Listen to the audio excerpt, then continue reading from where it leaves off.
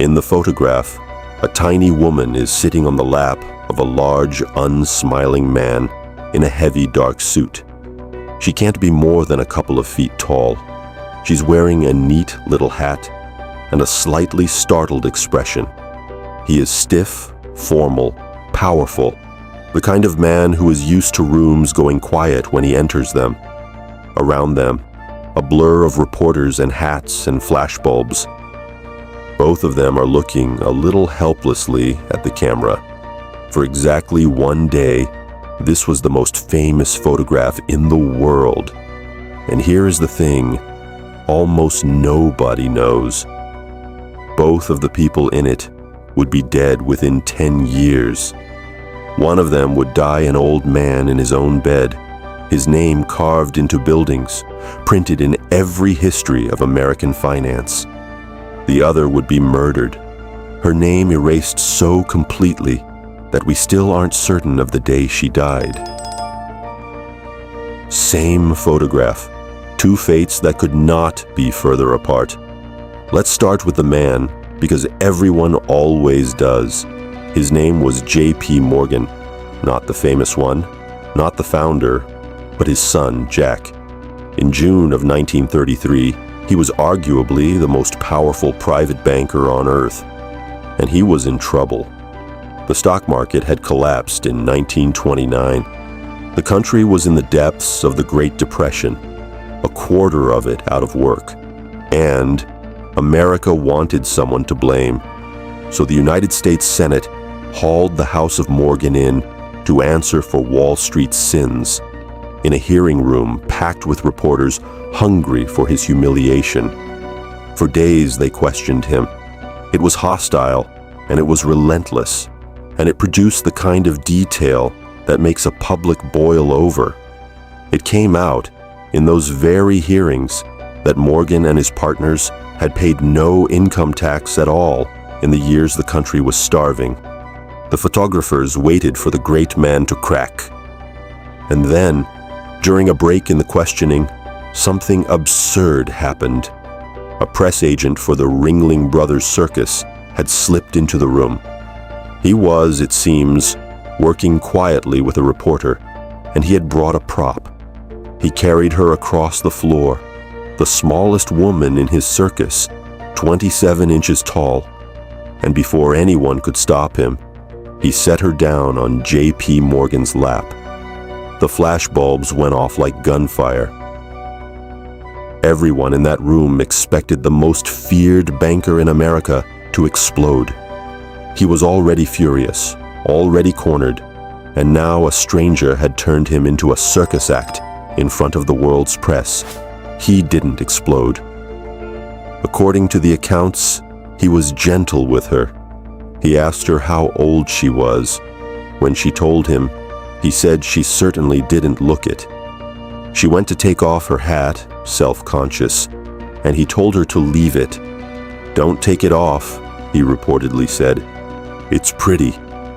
For a few seconds, the coldest symbol of American capitalism looked, of all things, kind. That was why the picture went around the planet overnight, in the middle of the Depression, when the country was ready to hate this man with everything it had. Here he was, looking human. The photograph did something no amount of testimony could. It softened him. But look again at the photograph, because it was never really about him. Look at the woman on his lap. Her name was Lya Graf. She was a German circus performer, billed across 2 continents as the smallest woman in the world. And she had not agreed to any of this. She hadn't walked over and sat down. She had been picked up and placed there, used as a prop in someone else's publicity stunt, in front of hundreds of cameras, and then carried away again. For one afternoon, she was the most looked at woman on earth. Nobody asked her a single thing that mattered, and she hated it. The fame she never wanted clung to her. Everywhere she went now, she was the little woman from the Morgan photograph. Within 2 years, she had had enough of America and its cameras. So in 1935, Lya Graf went home. She went back to Germany. Think about that date for a second. If a woman being used as a prop and then walking away from the most famous photo in the world is already not the story you thought this was, do me a favor and hit that like button. It tells me these are the lives worth pulling back out of the footnotes. And if you've never once heard her name, only ever seen the picture, subscribe, because the reason you don't know her name is the whole point of what happens next. Now stay with me. Lya Graf was half Jewish, and she was, in the language the Nazi state was building, a dwarf, a person with a kind of body that regime had already begun classifying as, in their monstrous phrase, life unworthy of life. She'd gone home to the one country on earth that was organizing itself, block by block, law by law, to destroy people exactly like her. On 2 counts at once. In 1937, she was arrested. The pretext, according to the records that survive, was as blunt and as bureaucratic as the whole machine that produced it. She was classified as a useless person. Not a criminal, not an enemy, a useless person. What happened over the next few years is only partly documented, which is its own kind of horror.